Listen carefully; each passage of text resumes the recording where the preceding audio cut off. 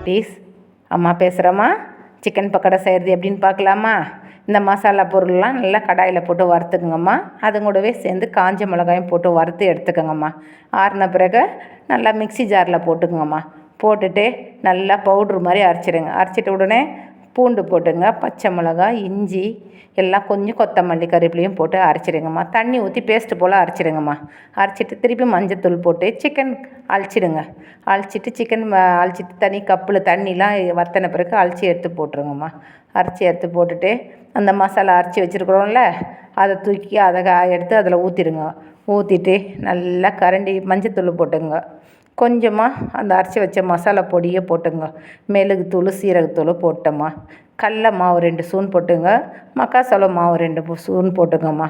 போட்டு தேவைக்கு ஏற்ற மாதிரி உப்பு போட்டுங்க. உப்பு போட்டு கையில் கலக்காதீங்கம்மா. கையெலாம் கலக்குனீங்கன்னா கை எரிச்சலாக இருக்கும். கரண்டியிலவே போட்டு நல்லா கலக்கி எடுத்துடுங்கம்மா. எடுத்துகிட்டு அரை மணி நேரம் தட்டு போட்டு மூடி வச்சுருங்கம்மா. மூடி வச்சுட்டு கொத்தமல்லி கருவேப்பிலை போட்டு மேலே பக்கோடா போடுறதுக்கு எப்படி இருக்கும், நல்லா இருக்கும்ல, அதை போட்டால் கொத்தமல்லி கருவேப்பிலை போட்டு எண்ணெயில் போட்டு தேவி எடுத்துருங்கம்மா. அப்புறமா அந்த கலர் வரலையே சிக்கன் பக்கோடா அப்படின்னு நினைக்காதுங்க. இது வீட்டிலையே அரைச்ச மாவு சிக்கன் பவுட்ருல அது நல்லா இருக்கம்மா. அது கேசரி பவுடர்லாம் வேணாம். இதையே போட்டுட்டா குழந்தைங்களாம் சாப்பிட்றதுக்கு நல்லா இருக்கும்மா. நம்ம வீட்டிலையே செஞ்சு கொடுத்தோன்னா ஒரு திருப்தியாக நல்லா இருக்கும்மா. இதுதாம்மா அம்மாவோட டிப்ஸு. இதுக்கு மேலே வெங்காயம்லாம் கட் பண்ணி வச்சுட்டு லெமன் ஊற்றி சாப்பிட்டு பாருங்கம்மா. சூப்பராக இருக்கும்மா சிக்கன் பக்கோடா. இது அம்மாவோட டிப்ஸுடாம்மா.